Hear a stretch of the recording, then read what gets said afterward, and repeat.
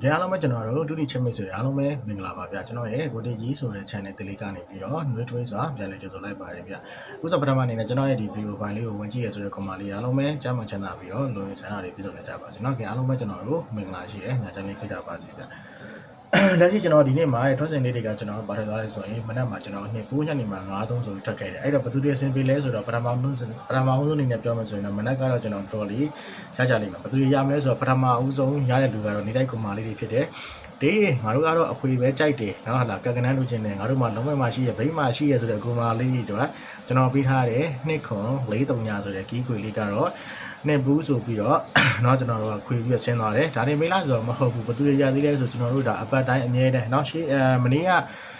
ညကလိုက်มาတဲ့ကျွန်တော်တေချာလေးရှင်းပြခဲ့တယ်ပထမအောင်ဆုံးကျွန်တော်တို့ရဲ့เนาะအလကားကျွနေတဲ့ကျဲဥဖြစ်တဲ့2-4 break 2-8အာမူကြောင့်2-4 break เนาะဒီတပတ်ကျွန်တော်နိုင်ရအတွင်းမှာဆင်းလိုက်ရရှိတဲ့2-4 break ကအစောကြီးပဲနှစ်ဘူးဆိုပြီးတော့4 break နဲ့ဆင်းတယ်ဒါတွေမေးလားဆိုတော့မဟုတ်ဘူးဘာကြပါတော့သွားသေးရဲဆိုတော့ကျွန်တော်တို့ရဲ့နော် reference ကြီးရလေဆိုတော့စီစီပဲဆင်းအဲ့တော့မနက်မှာတော့3စီကြရမယ်ဘယ်လိုရမလဲဆိုတော့နေ့တိုင်းကိုပြီးပြဆိုတဲ့ကွန်မာလေးရမယ်တပတ်သားထဲမှာဆိုရင်2-4 break နဲ့ reference ဆိုတဲ့ကွန်မာလေးရမယ်ညနေမှာကျကျွန်တော်9-3မှာလည်းဘယ်လိုရလဲဆိုတော့ဝင်လင်းပြောရင်တော့9-3မှာတော့ဒီရင်ငါတို့ကတော့ပတ်တီးလေးကြိုက်တယ်ပေါ့နော်ပတ်ချင်တဲ့ဆိုတော့ကွန်မာလေးတွေကတော့ကျွန်တော်ပေးထားတဲ့3ပတ်တီး10ပတ်တီးရနေမှာ3ပတ်တီးပတ်တဲ့ကွန်မာလေးတွေရမယ်ဘယ်သူတွေမရအောင်လဲဆိုတော့နေတဲ့ကွန်မာလေးတွေမှာတင်ကွက်ဆိုတဲ့ကွန်မာလေးတွေမရဘာကြောင့်လဲဆိုတော့ကျွန်တော်ရွေးပေးထားတဲ့တစ်ခွက်ကောင်းကိုသူကတပွင့်တူပြီးထွက်သွားတဲ့အတွက်ကြောင့်ပောက်ကကြီးပဲဆိုတဲ့ကွန်မာလေးတော့ကျွန်တော်အဆင်မပြေခဲ့ဘူးเนาะကျွန်တော်3-4ဆိုရင်တော့เนาะကျွန်တော်နော်တီတီမီမီတကောင်ရမှာဒါပေမဲ့ထွက်စင်ကကျွန်တော်တို့9-3ဆိုတော့เนาะတပွင့်လေးနဲ့ကတ်ခံလဲဒါပေမဲ့ပူကြတော့မလို့ပေါ့เนาะကျွန်တော်ပြောသလိုပေါ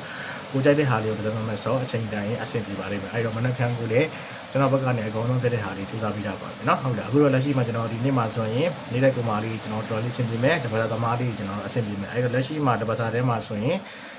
Shavian နဲ့55ကွက်ဆိုတဲ့တသက်စာမှုနှစ်ခုပဲကျန်တော့မယ်เนาะတေချာလေးလိုက်ပြီးဆောင်းတယ်။ point ကွန်မာလေးတွေကတော့အများကြီးပြောကြမလို့ဘူးเนาะကျွန်တော်တို့ရဲ့ပတ်တီးကသူ့ရဲ့မူတိုင်းဆိုရင်မနက်ဖြန်ကိုဆင်းဖို့အရင်အားကောင်းပါတယ်အဲ့တော့မနက်ဖြန်ကိုတေချာလေးတတိထားပြီးဆော့ပါဒါလေးကကျွန်တော်မှားမယ့်ဟာလေးတွေမှားပြီးသွားပြီဆိုကျွန်တော်စပြီးတော့ကဏ္ဍလေးတွေပြောမယ်မပြောခင်ဒီမှာပုံမှန်တန်းလေးပဲစာအုပ်နဲ့ပုံမှန်လေးမယူရသေးဘူးဆိုတဲ့ကွန်မာလေးတွေကစာအုပ်နဲ့ပုံမှန်လေးသွားပြီးတော့ယူထားဆောင်းနေပေါ်ရင်မလိုရဘူးငါတို့ကတော့ memory ကောင်းတယ်ဆိုတော့ကွန်မာလေးတွေကအဆင်ပြေမယ်ဆိုရင်ကျွန်တော် OB ရဲ့ကဏ္ဍလေးတွေကိုဒီ comment ရဲ့အောက်လေးတွေမှာမှန်သွားပြကြပါအဲ့လိုကျွန်တော်စမယ်เนาะအရင်ဆုံးကျွန်တော်တို့ပတ်တီးလေးတောင်းရင်ပတ်တီးကကျွန်တော်တို့ဗာလဲဆိုတော့တေးရင်ငါတို့ကတော့မနက်ဖြန်ကိုเนาะပတ်တီးလေးတော့ပတ်ချင်တယ်เนาะဗာပတ်ရမယ်မသိဘူးဆိုတော့ကွန်မာလေးကျွန်တော်ရဲ့ site ရဆိုရင်မနက်ဖြန်ကိုပတ်တီးနေနေဆိုရင်၄ပတ်တီး9ပတ်တီးရှိတယ်မနက်ဖြန်ကျွန်တော်တို့က25ရက်8လ2026ထပ်နှစ်နာရီ10မိနစ်ဈေးမှာပတ်တီးပတ်ချင်တယ်ဆိုရင်ကျွန်တော်တို့ရဲ့ site ရဆိုရင်၄ပတ်တီး9ပတ်တီးရှိတယ်အဲ့တော့ကျွန်တော်ပတ်ချင်တယ်ဆိုတော့ကွန်မာလေးတွေက၄ပတ်တီး9ပတ်တီးတွေကနေမှာကိုကြိုက်တဲ့ကဏ္ဍလေးကိုတင်ပြီးတော့စော်တယ်မပတ်နိုင်တဲ့ကွန်မာလေးတွေကကျွန်တော်ပြောသလိုပေါ့နော်ကျွန်တော်ပုံမှန်လေးပဲထုတ်ပေးထားတယ်ဒူမိန်းတွေမိန်းကွက်တွေချက်သုံးတစ်ကွက်ကောင်းလေးတွေကိုထပ်ပြီးတော့ပြောပြမယ်အဲ့တော့ like ဗီဒီယိုဖိုင်လေးကိုဒီချာလေးနဲ့ထောက်ပါမယ်နော်ဟုတ်ပြီလားအဲ့တော့ကျွန်တော်တို့ပတ်တီးလေးပြီးသွားရင်ဘာရှိမလဲဆိုတော့ကျွန်တော်ဒူမိန်းလေးရင်စပြီးတော့ပြောမယ်ဒူမိန်းလေးကျွန်တော်မနေ့ပြန်ကိုဘာရှိမလဲဆိုတော့လိမ့်နဲ့ပတ်သက်ရင်လိမ့်9နဲ့40ဆိုတော့ကဏ္ဍလေးရှိမယ်9နဲ့ပတ်သက်ရင်တော့95နဲ့90ဆိုတော့ဒီကဏ္ဍလေးတွေကကျွန်တော်မနေ့ပြန်7နာရီတက်မယ်စီမှာဒူမိန်းနေနဲ့ sorry ရကျွန်တော်နောက်တစ်ခေါက်ထပ်ပြီးတော့ပြောပြမယ်လိမ့်နဲ့ပတ်သက်ရင်40နဲ့45 9နဲ့ပတ်သက်ရင်တော့90နဲ့95ဆိုတော့ဒီကဏ္ဍလေးတွေကမနေ့ပြန်7နာရီတက်မယ်စီမှာဒူမိန်းနေနဲ့ sorry ရဒူမိန်းလေးပြီးတော့ကျွန်တော်တို့ main quest ကိုဆက်ပြီးတော့တောင်းမယ် main quest မှာဘာမလဲဆိုတော့လိမ့်နဲ့ပတ်သက်ရင်43နဲ့48ဆိုတဲ့ကဏ္ဍလေးရှိမယ်9နဲ့ပတ်သက်ရင်တော့93နဲ့98ဆိုတဲ့ဒီကဏ္ဍလေးတွေကကျွန်တော်မနက်ဖြန်ကို main quest အနေနဲ့ဆော်လို့ရမယ်ကျွန်တော်နောက်ထပ်ထပ်ပြီးတော့ပြောပြမယ်4နဲ့ပတ်သက်ရင်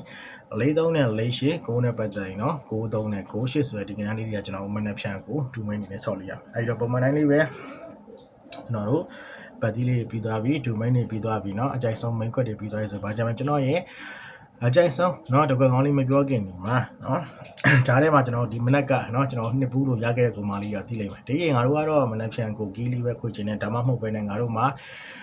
လုံးမိုင်မာလေးရှိလို့ဘိန်းမာလေးရှိလို့ကတ်ချင်တယ်ဆိုရင်မနက်ဖြန်ကိုเนาะကတ်စီယာကီးလေးပေးပါဆိုတော့မနက်ဖြန်ကျွန်တော်တို့9-3-38ဆိုတဲ့ကီးခွေလေးရှိပါတယ်ဗျเนาะအဲ့တော့ခွေချင်တယ်ဆိုတော့ကွန်မာလေးတွေကခွေပြီးတော့ဆော်လဲမခွေချင်ဘူးငါတို့မှာလုံးမိုင်မာလေးရှိရောဘိန်းမာလေးရှိလို့ကတ်ချင်တယ်ဆိုရင်တော့မနက်ဖြန်ကို9-3-38ဆိုတဲ့ကဏ္ဍလေးအထီးကြပေးပါအဆင်ပြေပါလိမ့်မယ်ဗျเนาะဟုတ်ပြီလားကဲဟုတ်ပြီအဲ့တော့ပြောမယ့်ဟာလေးတွေကုံတလောက်ဖြစ်ပြီဆိုတော့နောက်ဆုံးအနေနဲ့တစ်ခုပဲကျန်အဲ့ဒါပါလဲဆိုကျွန်တော်ရဲ့အကြိုက်ဆုံးတစ်ကွက်ကောင်းလေးပဲเนาะအဲ့တော့တစ်ကွက်ကောင်းတော့ကျွန်တော်ခဏပြောတယ်တစ်ကွက်ကောင်းဒီเนาะ အဖွဲ့ဝင်ဖြစ်ဖြစ်နော်နေတိုင်းဆောတဲ့လူပဲဖြစ်ဖြစ်နော်တပတ်ဆောတဲ့လူပဲဖြစ်ဖြစ်မဖြစ်မနေတစ်ခွက်ကောင်းလို့တော့ကန်ဆန်းပေးဘာဖြစ်လို့ဒါလေးကကျွန်တော်မရှိသေးတာအချိုးရှိလိမ့်မယ်အများကြီးလည်းမဟုတ်နော်အာမကျွန်တော်နှစ်ခွက်တည်းဆိုတော့ဒီတစ်ခွက်လေးတော့ကြိုက်မကြိုက်နော်ဆော့ကျင်တယ်ဆိုတော့ကောင်မလေးကိုကျွန်တော်ကတော့ recommend ပေးချင်ပါတယ်အဲ့တော့ဘာရှိမလဲမနေ့ပြန်ကို၄ပိုင်နဲ့တစ်ခွက်ကောင်းဆိုရင်4-6ဆိုတဲ့တစ်ခွက်ကောင်းလေးရှိမယ်နော်မနေ့ပြန်ကိုငါတို့ကအများကြီးမစောချင်ဘူးတစ်ခွက်တည်းနဲ့ကန်ဆန်းချင်တယ်မိုက်ရဲတယ်ဆိုတော့ကောင်မလေးကမိုက်ချင်တယ်ဆိုရင်နော်4ပိုင်နဲ့4-6ဆိုတဲ့တစ်ခွက်ကောင်းလေးရှိမယ်ဗျာနော်အဲ့တော့ကဲဟုတ်ပြီအဲ့တော့ကျွန်တော်ပြောမယ့်ဟာလေးတွေအားလုံးပြီးသွားပြီเนาะကျွန်တော်ပတ်တီးပြောပြီးသွားပြီ domain name main query ပြောပြီးသွားပြီ keyword query ပြောပြီးသွားပြီအကြိုက်ဆုံးတစ်ခုကောင်းလေးပြီးသွားပြီဆိုတော့ကျွန်တော်ပြောစရာအားလုံးလည်းပြီးသွားပြီဆိုတော့ကျွန်တော်တို့ video file လေးကိုအဆုံးသတ်ဖို့ပြုပါเนาะလောလောဆယ်ကျွန်တော်အဆုံးသတ်ခင်ဒီမှာပုံမှန်တိုင်းလေးပဲငါတို့ကတော့အခုမှတည်ရဲ့ channel လေးကိုပြန်တွေ့ရဆိုတော့ကောင်မလေးတွေကအဆင်ပြေမယ်ဆိုရင် channel လေးကိုကျွန်တော်တို့ subscribe လေးလုပ်တော့ကြပါဦးလက်မလေးမနေ့ရတဲ့ကောင်မလေးတွေနှိပ်သွားပြီးတော့ကွန်မန့်လေးကြီးเนาะတရုတ်အမေရိကန်အားပေးရဆိုရင်တော့ကွန်မန့်လေးမှာတော့ပေးကြပါဦးဗျာเนาะကဲအဲ့ကျွန်တော်ဒီလောက်ပါပဲเนาะအားလုံးပဲကျွန်တော်နောက်ဆုံးအနေနဲ့ပြောချင်တာကတော့တရုတ်ချင်းမဆိုရင်အားလုံးပဲမနေ့ဖြန်မှာလဲကိုထိုးတဲ့ကဏ္ဍလေးကပေါက်ကဏ္ဍလေးဖြစ်ပြီးတော့ဒီတက်မကပို့ပြီးတော့ကျမ်းမချမ်းသာပြီးတော့လူရင်းစန္ဒာတွေပြည်စုံနေကြပါစေเนาะကဲအားလုံးပဲကျွန်တော်တို့မင်္ဂလာရှိရဲ့ညချမ်းလေးပြကြပါစေမနေ့ဖြန်ကျွန်တော်နေ့လည်တနားကိုကြမှာထပ်ပြီးတော့အတူတူအောင်ပွဲခင်ကြပါမယ်เนาะအားလုံးပဲကျွန်တော်ပုံမှန်เนาะ bye bye